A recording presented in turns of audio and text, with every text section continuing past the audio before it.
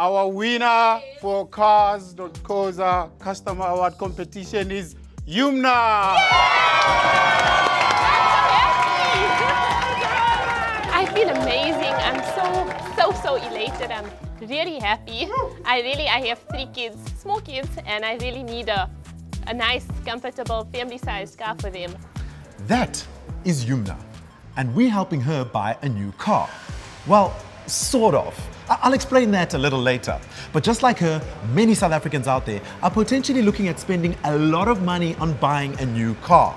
So we've put together 5 very easy steps to follow to make the buying process a lot easier. So buckle up, kids. Here are the 5 steps you need to follow to save time and money when buying a new car. Number 1, do the research.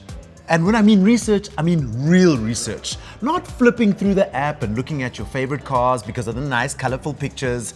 I mean serious research. If you're buying a car, it's a big financial commitment. It's a major commitment. And by research, I mean, do you know the pros and cons of owning a car? How much does it cost to service that car? How much does it cost for one tire for that car?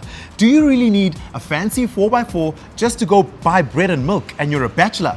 Do you understand the difference between diesel and petrol? You need to think about things like insurance. All of these aspects need to be looked at when considering buying your dream car. Do your research. We made this number 1 for a reason. Sure, that SUV looks really nice and cool and sexy, but is it going to strain you financially? Think about it. Is it really worth it? So this is where you gotta keep your impulses and any emotions out of it. In fact, just block off all the white noise because this is the point where every cent matters. So stay calm, ask the right questions, and soldier on, knowing that you know enough to not get you into trouble with your bank. Number 2, create a budget. And I mean a serious budget.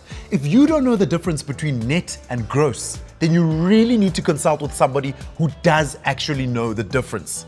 This is where the money does the talking. Your budget needs to accurately reflect your financial situation. How much money do you actually have in your pocket? You need to consider things like repayments, maintenance, tires, petrol, scratch and repairs, windscreen cracks. You get the picture, right? There's a lot to think about when buying a new car. I mean, sometimes the maths isn't actually mathsing. So be realistic with yourself. Can you afford the car? Get the car you can afford, and be sure of that. Number 3, I know a lot of people don't consider this point, but it's a very important one. Maybe look at buying a pre-owned vehicle. I know it doesn't come with 000 on the odometer or even that fresh new car smell. Buying a pre-owned vehicle is still bang for your buck these days. So I found that you can get a previous model or a pre-facelift, for instance, and it could come in way less than a newer one. Number 4, inspect the car like CSI. Remember the TV show CSI? You gotta treat that car like it's a crime scene, combing through every nook and cranny. Anything that you could find on the car might actually save you from a bigger problem in the future. Every ding, scrape, and scratch has a story. So there's no such thing as a minor warning light on the dashboard. Some small little warning could actually lead to a major issue. Don't let anyone rush you while you're doing your inspection. You gotta check each and every part of the car. I mean it. Take your time. Ask as many questions as you can. The age of the vehicle, the mileage, the service history, the warranty, the maintenance plan.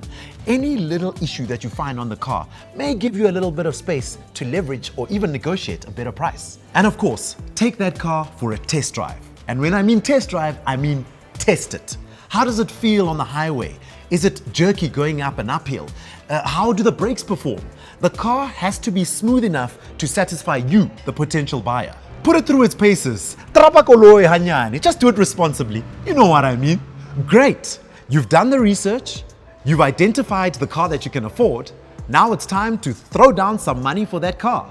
Which brings us to point number 5, securing the finance. Okay, so you've done the numbers, right? Now let's start spending your money.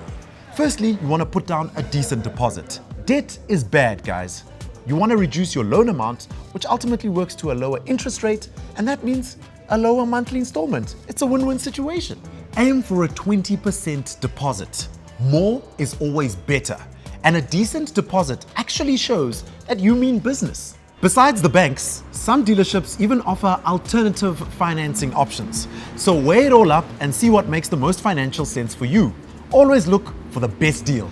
If you've listened to half of what I've been saying, then you're on the showroom floor taking delivery of your perfect dream car, driving off with this reasonably priced fuel saver for stress-free motoring forever.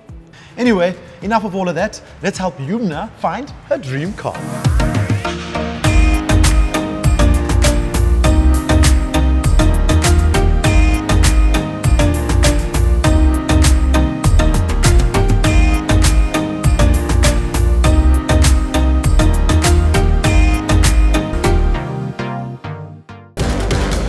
Cars.coza.